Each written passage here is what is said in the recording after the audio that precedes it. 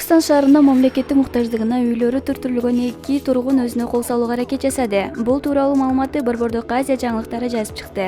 15 августта Facebook социалдык түйүнүндө Түркістан шаарынын 2 тургуну өз өмүрүнө кол салууга аракет жасаган видеосу тарады.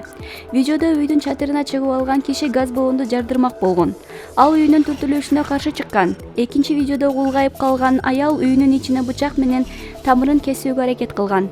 Видеодо полиция кызматкерлери аялды сабырдуулукка чакырып жатканын байкоого болот.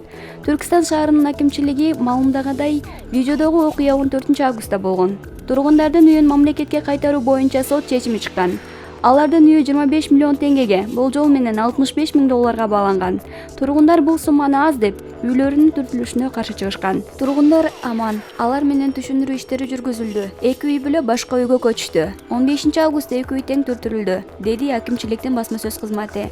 Маалыматтарга караганда, бул үйлөрдүн ордуна руханий маданий борбор салынат. 1xbet букмекер конторасы. 1xbet приложениясын көчүрүү үчүн видеонун астындагы шилтемени бас. Ылдый түшүп, мобильное приложение дегенди басасыз. Бул приложенияны Android жана iOS дүкөнүнөн көчүрсөңүз болот. Жүктөгөндөн кийин эң жөнөкөй регистрацияны тандайсыз. Биздин өлкө Кыргызстанды тандайбыз жана кыргыз валютасын.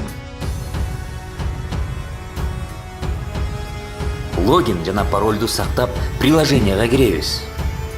Акчаны толтуруш үчүн пополнить счет бөлүкчөсүнө киресиз. Ошондой эле уткан акчаңызды чыгарып алсаңыз болот.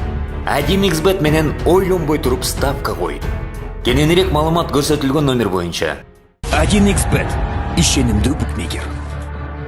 Видеонун астындагы шилтемени бар. Бул тууралуу Азаттыктын тажик кызматы билдирүүдө. Алардын билдирүүсүнө караганда, Орусия борборунун Москверкс базарында иштеген мигранттар 10 күндөн бери полициянын кысымына кабылышууда. Негизинен тажик жана өзбек жарандары кармалууда. Мигранттардын полиция күч менен колдонгонун полиция автобустарына тыгып, базарда көпчүлүктөрдүн көзүн чугуруп жаткандыгын билдиришүүдө. Мигранттарды кармоо кезинде бир нече адам катуу жараланган. Кармалган мигранттардын көбүнүн тагдыры белгисиз. Бир нече жаран Сахароводогу миграция борборуна жиберилсе, дагы бир катар депортацияланган. Москверец базары 1965-жылы курулган. Бул жерде курулуш материалдары гана эмес, азык-түлүк да сатылат.